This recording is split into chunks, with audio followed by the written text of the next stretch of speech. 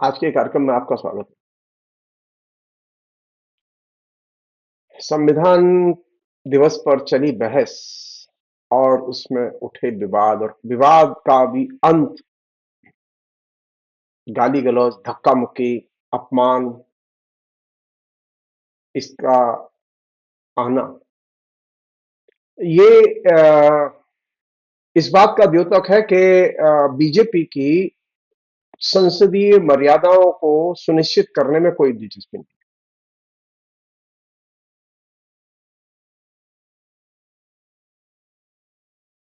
अमित शाह के जिस भाषण को लेके तमाम विवाद उठ रहे हैं, उसमें अमित शाह ने जो बात कही, वो एकदम बेबुनियाद बात कही और गलत कहा। अमित शाह खुद सोच के देखें, लेकिन वो सोचेंगे नहीं। अमित शाह के जो अनुयायी है वो भी नहीं सोचेंगे। कारण क्या है कि सोचने की उनको आदत नहीं है। संसद और संसदीय परंपराओं को डिसरप्ट करना अगर ये लक्ष्य है, तो आप संविधान पर बहस करें या संविधान संशोधन पर बहस करें या किसी पर भी बहस न करें, आपको तो संसद डिसरप्ट रखनी है।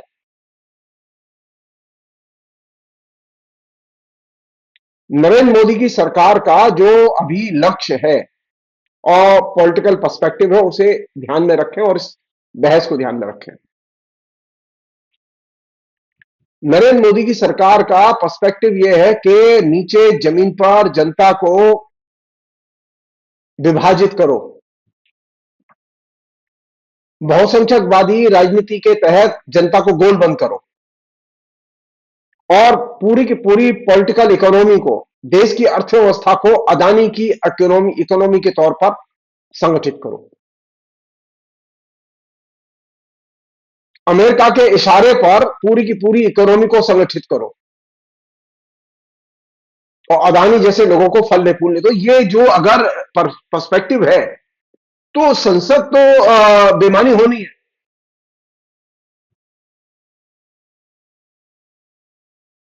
अंबेडकर से यह सवाल पूछा जाना चाहिए और मोदी से भी यह सवाल पूछा जाना चाहिए, अमित शाह से भी यह सवाल पूछा जाना चाहिए। अंबेडकर ने जो बातें अपने इलेक्शन कैंपेन के दौरान या कांग्रेस के खिलाफ प्रचार के दौरान कही, उनका बीजेपी अपने प्रोपेगेंडा के लिए इस्तेमाल कैसे कर सकती है? बीजेपी तो कोई अंबेडकर की पार्टी का हिस्सा नहीं है। अंबेडकर बीजेपी की पार्टी में नहीं थे।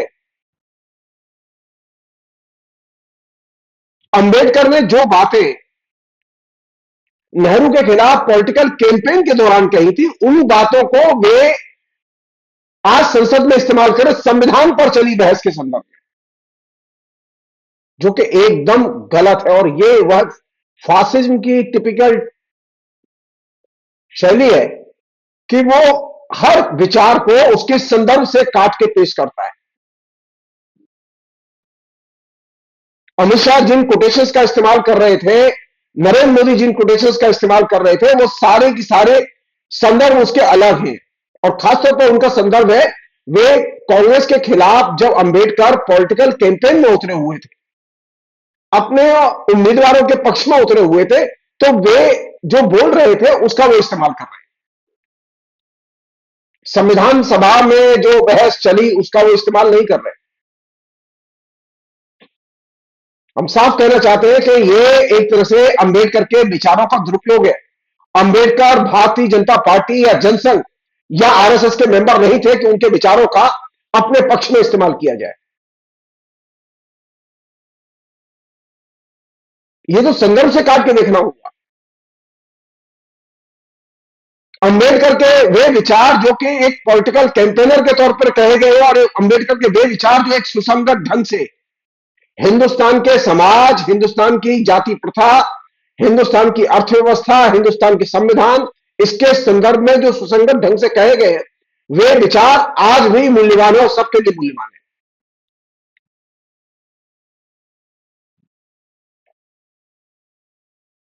राजनीतिक प्रचार के दौरान बहुत सारी चीजें कही जाती हैं, अंबेडकर ने भी कही है। लेकिन अंबेडकर की एक चीज माननी पड़ेगी कि अंबेडकर के पास में लोकतंत्र को लेकर दूरदृष्टि थी।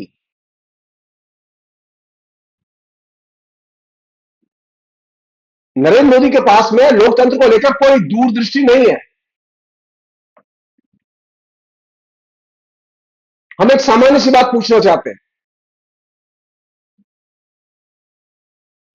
नरेंद्र मोदी, अमित शाह, इनकी लोकतंत्र में और संविधान में निष्ठा है कि नहीं?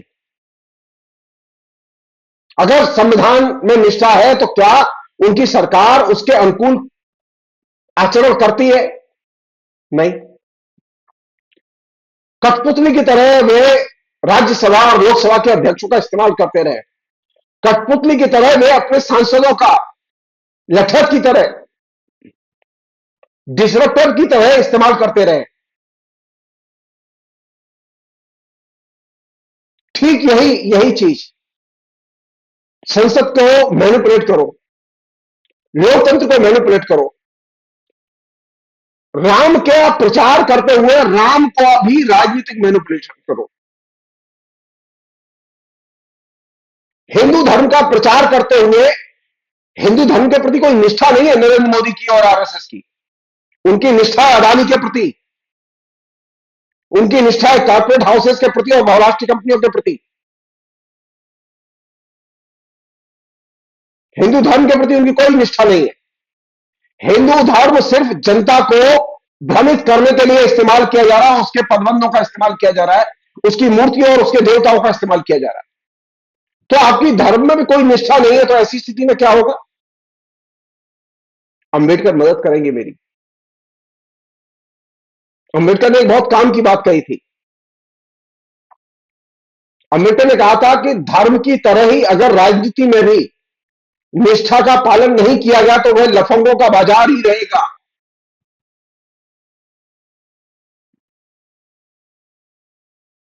लफंगों का बाजार कहा है अंबेडकर ने, जो निष्ठाहीन राजनीति करते हैं, जो निष्ठाहीन ढंग से धर्म का पालन करते हैं, विभक्त नहीं होते, लफंगे होते हैं। कौन कह रहा है इस बात को? इस बात को सबसे पहले रेखांकित किया अंबेडकर ने। तो अंबेडकर से जो चीज सीखने की है, जो विचार सीखने के हैं, जो आइडिया उनसे बेहतर ढंग से हम सीख सकते हैं, वो तो सीखने के लिए तैयार नहीं है। मैं एक और नमूना देना चाहता हूं जिससे कि आपकी मदद हो और ये समझने में मदद हो कि आरएसएस किस रास्ते पर है, नरेंद्र मोदी किस रास्ते पर है। आप लोगों ने सुना होगा कि शिवाजी और शिवाजी के गुरु,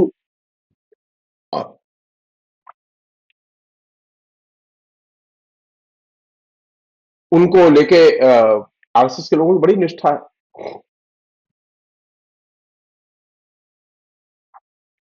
हमारे यहाँ भी बहुत सारे लोग हैं जिनकी भक्ति आंदोलन को लेके बहुत सारी चीजें हैं, मैं तो लिख चुका हूं इस पर। मैं यहाँ पर एक बहुत ही महत्वपूर्ण पहलू अंबेडकर का कोट करना चाहता हूं। अंबेडकर ने कहा, कोट, सन 1300 से लेकर 1600 के काल में महाराष्ट्र के भागवत धर्म के प्रचारक रहे संत कवियों ने कभी भी खुलकर जाति प्रथा के विरुद्ध प्रचार नहीं किया। जाति प्रथा सामाजिक असमानता पर आधारित है, वह सामाजिक अन्याय को प्रोत्साहन देती है, क्योंकि जाति प्रथा एक जाति पर दूसरी जाति के आधिपत्य पर आधारित है। इन संत कवियों के प्रयास का एक ब्राह्मण व एक शूद्र को समानता के दर्जे पर लाने के लिए प्रयास नहीं रहे, बल्कि एक ब्राह्मण को एक हरि उपासक शूद्र में समानता लाने के प्रयास तक सीमित रहे। इस प्रयास में संत सफल हुए और ब्राह्मणों को उपासकों का वर्चस्व स्वीकार करना पड़ा, चाहे उपासक किसी भी जाति से रहा हो। सबसे अंत में डॉक्टर अंबेडकर ने जब अध्यक्षीय भाषण दिया तो उन्होंने अपने भाषण में कहा कि संतों के प्रयास का समाज पर जाति प्रथा के संपूर्ण विनाश के मामले में कोई प्रभाव नहीं हुआ। समाज के लिए मनुष्य का मूल्य उसकी समाज के लिए सर्वविदित और सर्वसिद्ध उपयोगिता है, जो प्रकट वो प्रत्यक्ष होकर रहती है, और यह कोई भक्ति का मुलम्मा नहीं है। संतों ने यह सच्चाई समझाने के लिए संघर्ष नहीं किया। इसके विपरीत उनके संघर्ष का दलित समाज पर बड़ा हानिकारक प्रभाव पड़ा। इससे ब्राह्मणों को एक कुतर्क मिल गया कि तुम भी चोखा मेला की ऊंचाई को छू लो तो ब्राह्मण तुम्हारा भी आदर करेंगे। यह दलितों का मुंह बंद करने में अचूक था। डॉक्टर अंबेडकर ने आगे कहा, क्योंकि हिंदू धर्म के अलग अलग पंथों के अनुयायी अपने जाति पूर्वाग्रहों से ग्रसित धारणाओं से ओतप्रोत थे। उन्होंने सामाजिक समानता, न्याय प्रियता, बंधुत्व और मानव प्रेम से केवल मुंह ही नहीं मोड़े रखा, बल्कि झूठी मनगढ़ंत उपलब्धियों को बढ़ा चढ़ाकर बताया और भ्रम फैलाया। इसी में वो आगे कहते हैं बाबा रामदास के बारे में, प्रारंभ से ही उनके अनुयायी और उनके संस्थापक जाति पूर्वाग्रहों से ग्रस्त व बदनाम थे। वो ब्राह्मणों की वरिष्ठता मानने जैसे विचारों से प्रभावित थे। रामदास के अनुसार स्वर्ग में वो पृथ्वी पर भी एक पतित ब्राह्मण भी दूसरी जातियों के लोगों से श्रेष्ठ है। इतना ही नहीं, ब्राह्मण को तो देवता भी नमन करते हैं। ये जो समझ अंबेडकर की है, क्या इस समझ से कोई चीज सीख मिलती है? आप देखेंगे अभी कुंभ में दलित संत उपासक सम्मानित किए जाएंगे शंकराचार्य के पद से। किस लिए? दलितों का मुंह बंद करने के लिए और ब्राह्मणों का श्रेष्ठत्व सिद्ध करने के लिए। एक अन्य चीज और बहुत महत्वपूर्ण चीज, ये जो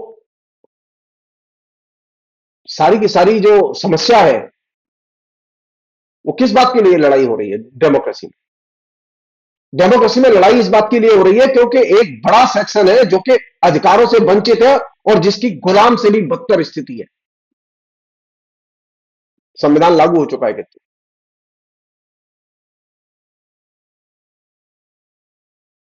लेकिन लोगों के पास में अपनी व्यक्तिगत संप्रभुता या आत्मसम्मान जैसी कोई चीज नहीं है। लोग मजबूर है जय हो मोदी कहने के लिए। ये जो प्रसंग है इसे ध्यान रखें आप। अंबेडकर को अब मैं आपके सामने उद्धृत कर रहा हूं। अंबेडकर ने कहा, तुम्हें अपनी दास्ता का समापन स्वयं करना होगा। ये जो सामान्य लोग हैं जो ये समझ रहे हैं कि मोदी उनकी दास्ता से मुक्ति दिलाएगा, वो गलतफहमी के शिकार हैं। मोदी उन्हें विश्वगुरु नहीं बनाएगा बल्कि और ज्यादा गुलामी में ले जाएगा। अंबेडकर कहते हैं, तुम्हें अपनी दास्ता का समापन स्वयं करना होगा। अपने आत्मसम्मान को बेचकर जीना कलंकित होकर जीने के समान है। जीवित रहने के लिए आत्मसम्मान एक आवश्यक टॉनिक है। बिना आत्मसम्मान के मनुष्य शून्य मात्र है। आत्मसम्मान से जीने के लिए अपनी कठिनाइयों पर आपको काबू पाना होगा। कड़े परिश्रम और निरंतर संघर्ष से ही आपको शक्ति, आत्मविश्वास व मान्यता मिलेगी। और ये जो चीज थी, ये चीज हम सबके काम की है। हमारे लिए वो काम की चीजें नहीं है जो अंबेडकर ने पॉलिटिकल कैंपेन के दौरान नेहरू के खिलाफ या कांग्रेस के खिलाफ बोली थी। वो एक पार्टी के नेता के नाते उनके दिए गए बयान थे। लेकिन एक समाज सुधारक, एक देश के आधुनिक देश का सपना देखने वाला, उसके जो मूल्यवान विचार है वो कहां मिलेंगे? ये छांटने की बुद्धि तो होनी चाहिए। खाली कांग्रेस से स्कोर करने के लिए उन विचारों को खोज के लाया जाए जो उन्होंने नेहरू के खिलाफ बोले थे और बोला जाए, इससे तो अंबेडकर समझ में नहीं आएंगे। अंबेडकर बीजेपी के मेंबर के नाते नहीं बोल रहे थे, जिसकी वजह से अमित शाह और दूसरे लोग अंबेडकर को कोट कर रहे थे पार्लियामेंट में।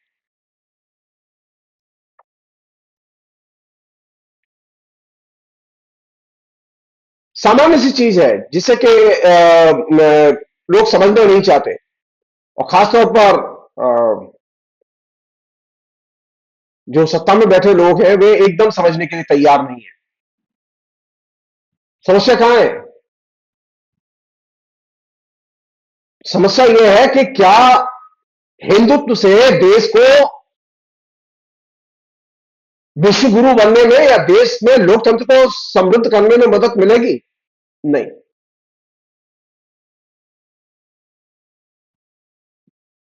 अंबेडकर की और कोई नहीं तो हिंदुत्व के बारे में लिखी गई जो धारणा थी, इसी को मान लेते और पढ़ लेते ठीक से।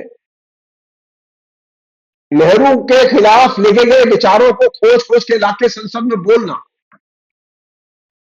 और दलितों का आपके समाज में आपकी नाक के नीचे, दिल्ली से उत्तर प्रदेश बहुत ज्यादा दूर नहीं है, मणिपुर थोड़ा दूर भी है। नरेंद्र मोदी एक भी दलित के घर नहीं गए जहां जिसके ऊपर अन्याय हुआ था। इससे पता चलता है कि नरेंद्र मोदी की दलितों की मुक्ति में कोई रुचि नहीं है। किस बात में रुचि है? किसके लिए अमित शाह या नरेंद्र मोदी ये जो पुराने जो विभूतियां हैं, चाहे वो विवेकानंद हो, चाहे वो पटेल हो, चाहे वो अंबेडकर हो या और कोई लोग हो, जिनके विचारों को ये कोट करते रहते, क्यों कोट करते हैं? ये इसलिए कोट नहीं करते, ये इसलिए उद्धृत नहीं करते कि इन्हें इनके विचारों पर चलना है, बल्कि ये इसलिए उद्धृत करते इनको हजम करना है। ये अंबेडकर की मूर्तियां या अंबेडकर के नाम पर जो तमाम जगह स्मारक बनाने का काम ये इसलिए नहीं करते कि इनको अंबेडकर के विचारों का प्रचार करना है, बल्कि ये स्मारक और मूर्तियां दिखा के अंबेडकर को हजम करना है। अंबेडकर को हजम किए बिना आप जनतंत्र को नष्ट नहीं कर सकते। अंबेडकर को हजम किए बिना आप धर्मनिरपेक्षता को नष्ट नहीं कर सकते। तो जरूरत किस बात की है? विवेकानंद को हजम करो, पटेल को हजम करो, अंबेडकर को हजम करो। हजम करने का तरीका यह, माला पहनाओ और विचारों को बंद करके रख दो। विचारों पर ध्यान मत दो, विचारों पर आचरण मत करो। तो संघ का जो मॉडल है, नरेंद्र मोदी का जो मॉडल है, वो मॉडल क्या है कि ये जो महान विभूति है, इनके नाम पर मूर्तियां बनाओ, भवन बनाओ और इवेंट करो, लेकिन इनके विचारों का प्रचार न करो। और इवेंट के इर्द गिर्द जनता को गोल बंद करो, इनके पीछे जो जनता है, इनकी जो अनुयायी जनता है, उसे आकर्षित करो और गोल बंद करो और विचारों पर पानी डालो। अंबेडकर के विचार धर्मनिरपेक्ष और लोकतंत्र के पक्ष के विचार थे, यह अनडिस्प्यूटेड फैक्ट है। अंबेडकर के विचार हिंदुत्व के विचार नहीं थे। अंबेडकर हिंदुत्व के किसी भी रूप के समर्थन में नहीं थे।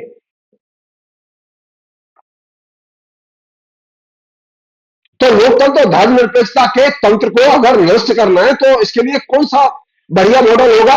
हिंदुस्तान की जनता विभूतियों की मूर्ति में विश्वास करती है, विभूतियों के नाम पर बड़े बड़े इवेंट आयोजित करने में विश्वास करती है, और इसीलिए जरूरी है कि इन विभूतियों के इवेंट करो और विचारों को हजम करो, दफन करो। और ये जो विलक्षण इंडियन मॉडल है आरएसएस का, सेकुलर डेमोक्रेटिक विचारकों को हजम करने का, ये विलक्षण मॉडल है। फ्रीडम मूवमेंट के दौरान ये दिखाई नहीं दिया, लेकिन फ्रीडम मूवमेंट के बाद तेजी से इस मॉडल पर काम किया गया और ये भी तेजी से चल रहा है नरेंद्र मोदी के आने के बाद। एक और चीज है, बहुत इंपॉर्टेंट चीज बता रहा हूं मैं आपको। असहमति का सम्मान करना अंबेडकर की दृष्टिकोण का एक बुनियादी हिस्सा था, लेकिन नरेंद्र मोदी, अमित शाह तो ये असहमति का सम्मान ही नहीं करते, किसी किस्म की असहमति को सुनना ही नहीं चाहते। उनका तो जो मूर्ति पूजा पर है, इवेंट पर है, डेमोक्रेसी और धर्मनिरपेक्षता कब्र में पहुंचाई जाए, मूर्ति पूजा की जाए, बड़ी मूर्ति लगाई जाए, कहा जाए हम संविधान को मानते हैं, लेकिन संविधान की किसी भी धारा का आप पालन न करें। जैसा कि मैंने पिछले एपिसोड में कहा था कि अंबेडकर का बुनियादी दृष्टिकोण का आधार है मानवाधिकार। मानवाधिकारों की रक्षा किए बिना आप अंबेडकर को सही मायने में श्रद्धांजलि नहीं दे सकते।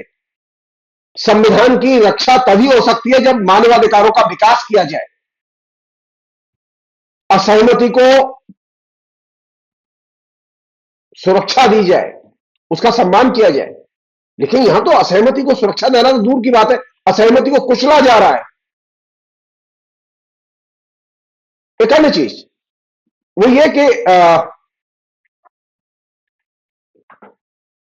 अम्बेडकर का जो दर्शन है वो दर्शन नारेबाजी का दर्शन नहीं है। अंबेडकर विचारों की दुनिया में रहते थे, आइडियाज पसंद करते थे, नए नए आइडियाज के आधार पर वो अनुसंधान करते थे। तो नरेंद्र मोदी का तो पूरा लक्ष्य है कि विचारों की दुनिया को नष्ट करो और असहमति को नष्ट करो। इससे कौन नष्ट होगा? अंबेडकर नष्ट होगा। अंबेडकर जिंदा नहीं होगा इससे। इवेंट और प्रोपेगेंडा पर जोर देने से अंबेडकर जिंदा नहीं होगा। फेक को रियल बनाने से अंबेडकर जिंदा नहीं होगा। अंबेडकर जो फेक था उसको नष्ट करने में विश्वास करते थे। ये फेक था, हमारे यहां का जो कास्ट सिस्टम है ये फेक था, जिसमें के सारे फेक रिलेशन बनाए थे समाज में। नरेंद्र मोदी को फेक से प्रेम है, उनको रियल से प्रेम नहीं है। और ये जो फेक को रियल बनाओ, इवेंट और प्रोपेगेंडा पर जोर दो, विचारों और असहमति को नष्ट करो, ये मॉडल है जिसको कि आरएसएस और नरेंद्र मोदी ये दोनों मिलके इस मॉडल को पूरे देश में लागू कर रहे हैं, और इससे डेमोक्रेसी और सेक्युलरिज्म दोनों खतरे में। ये सवाल सिर्फ एक दिन का नहीं है। समस्या यह है कि ये सारी की सारी चीजें, एक और चीज कह रहा हूं मैं आपसे, नरेंद्र मोदी की पुराने विचारों में भी दिलचस्पी नहीं है, नरेंद्र मोदी की नए विचारों में भी दिलचस्पी नहीं। नरेंद्र मोदी को विचारों में कोई दिलचस्पी नहीं। आरएसएस को किसी भी किस्म के विचारों में दिलचस्पी नहीं है। बहुत अच्छा होता कि वे मनुस्मृति की बातें करते, आई डोंट माइंड, उस पर भी बहस करते हम लोग, लेकिन कम से कम एक टैक्स आधार तो होता। वे पुराने विचार को भी नहीं मानते, पुराने विचारों की भी बात नहीं करते, वे नए विचारों को भी नहीं मानते, नए विचारों की बात नहीं करते, सिर्फ एक विचार मानते हैं, आरएसएस का विचार। वे सिर्फ उन विचारों को मानते हैं जो आरएसएस के नेता कहते हैं या मोदी कहता है।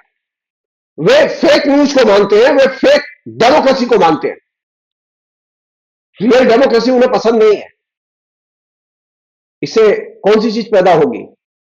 इससे डेमोक्रेसी नष्ट होगी और डिक्टेटरशिप पैदा होगी, और ये सबसे खतरनाक चीज है जो कि इस बीच में विकसित की गई है। संविधान जब बना और संविधान से जुड़े हुए जो बहुत सारे अधिकार हमें मिले, उनके साथ में आइडियाज हैं, लेकिन उन आइडियाज को तो नरेंद्र मोदी टच ही नहीं करना चाहते। उन सारे आइडियाज में जो बात थी उस बात पर तो बात ही नहीं हो रही है।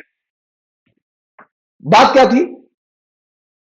अधिकार और अधिकारों से जुड़ा हुआ सत्य, अधिकार और अधिकारों से जुड़ा हुआ विचार, और इनकी धुरी है लोकतंत्र, धर्मनिरपेक्षता और समाजवाद। लोकतंत्र, धर्मनिरपेक्षता, समाजवाद और सत्य, इन चार पायों पर हमारी डेमोक्रेसी, हमारा संविधान टिका हुआ है। लेकिन हमारे यहां तो मुश्किल यह है कि न तो परंपरा को मानेंगे, न धर्म को मानेंगे, न संविधान को मानेंगे, सबकी खुलेआम अवहेलना करेंगे, और हम संविधान के रक्षक हैं। वाह, कमाल है। संविधान को मानेंगे नहीं, सत्य को मानेंगे नहीं, धर्मनिरपेक्षता को मानेंगे नहीं, लोकतंत्र को मानेंगे नहीं, अंबेडकर के विचारों को नहीं माने, खाली अंबेडकर के विचार मानेंगे जो अंबेडकर ने पॉलिटिकल कैंपेन के दौरान, इलेक्शन के दौरान नेहरू के खिलाफ बोले थे। नहीं, इस तरह से आप अंबेडकर को हजम नहीं कर सकते।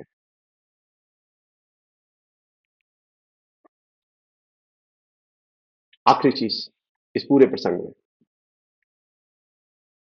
नरेंद्र मोदी की जो स्टाइल है, अमित शाह की जो स्टाइल है, और आरएसएस की जो स्टाइल है, 10 साल से जिसका वो पालन कर रहे हैं, वो ये है कि विभूतियों को या जो महान लोग हैं उनको खूब इवेंट के जरिए प्रोपेगेट करो और उन्हें मतलब ईश्वर की तरह उनकी पूजा करो और उनका फिर वैचारिक मैनिपुलेशन करो, पॉलिटिकल मैनिपुलेशन करो।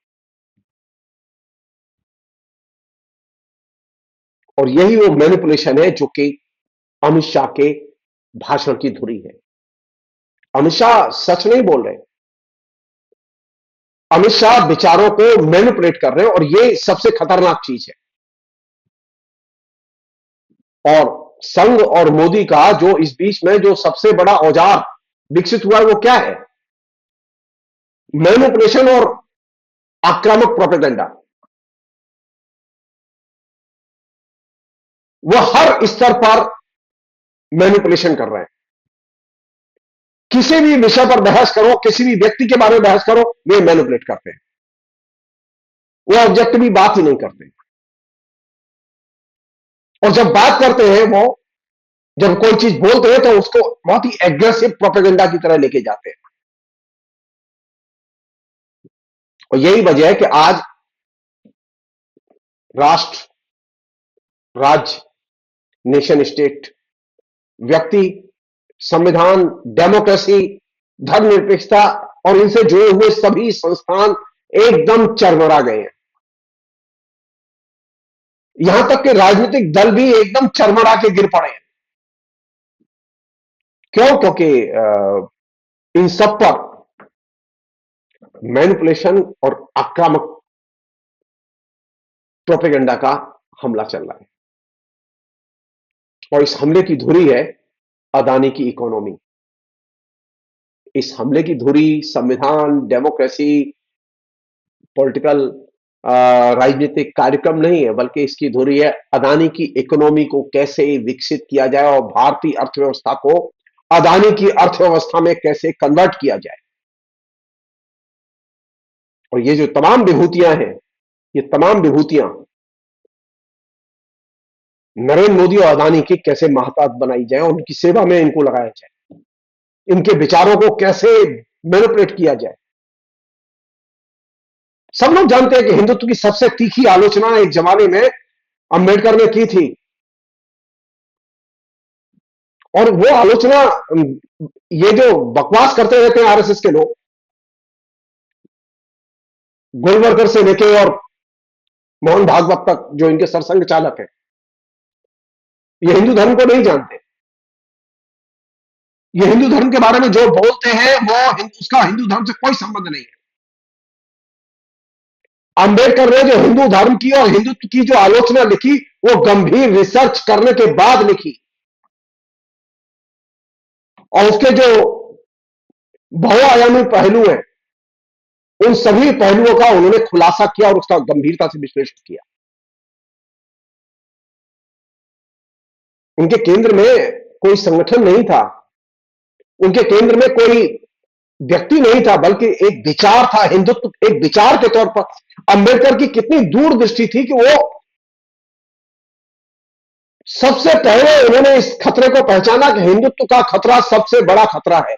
यह हिंदुत्व का पदबंध आइडियोलॉजिकली सबसे पहले जिस व्यक्ति ने बेनकाब किया वह था अंबेडकर।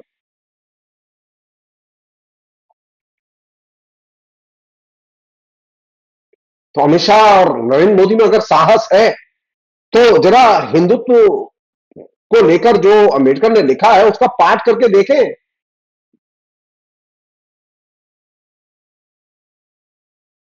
उससे अंबेडकर की दूरदृष्टि दूरदृष्टि समझ में आएगी आपको।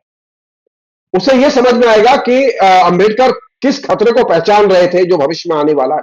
उस समय किसी के दिमाग में नहीं था। आरएसएस बहुत छोटा संगठन था, आज तो विशाल का संगठन है।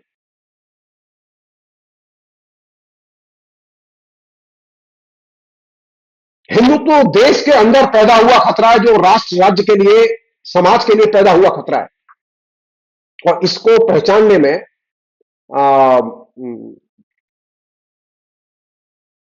अंबेडकर को सफलता मिली। निश्चित तौर पर हिंदुस्तान की जनता, हिंदुस्तान की सेक्युलर फोर्सेस, हिंदुस्तान की लोकतांत्रिक पसंद जनता, उनको इसका शुक्रगुजार होना चाहिए।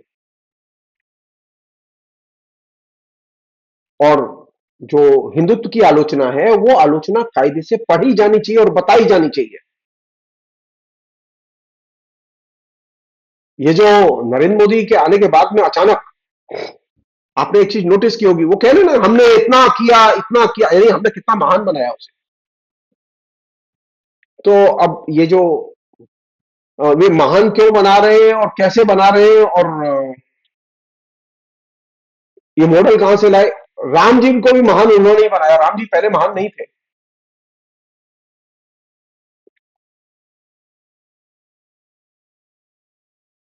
ये सारी की सारी चीजें सबसे पहले खतरे के तौर पर, मॉडल के तौर पर कंसीव किए अंबेडकर ने।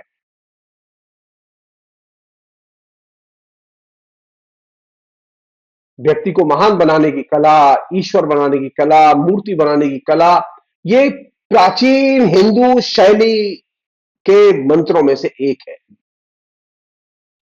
जिसका कि बड़े पैमाने पर अधिनायकवादी व्यवस्था के विकास के लिए इस्तेमाल किया गया। और ये खतरा सबसे पहले अगर किसी ने पहचाना, तो अंबेडकर ने पहचाना। तो जाहिर है कि जब संविधान पर बहस होगी, संविधान दिवस पर बहस होगी, तो उस बहस का पॉजिटिव ढंग से समापन नहीं होगा, क्योंकि जो लोग उस बहस में भाग ले रहे हैं, खासतौर पर सत्ता के लोग, उनकी संविधान के प्रति कोई निष्ठा नहीं है, उनकी लोकतंत्र की राजनीति के प्रति कोई निष्ठा नहीं है। और यही वजह है, अंबेडकर के शब्दों में, उन्होंने डेमोक्रेसी को लफंगों का बाजार बना के रख दिया है। और ये सबसे खतरनाक चीज है, इसे समझने की जरूरत है।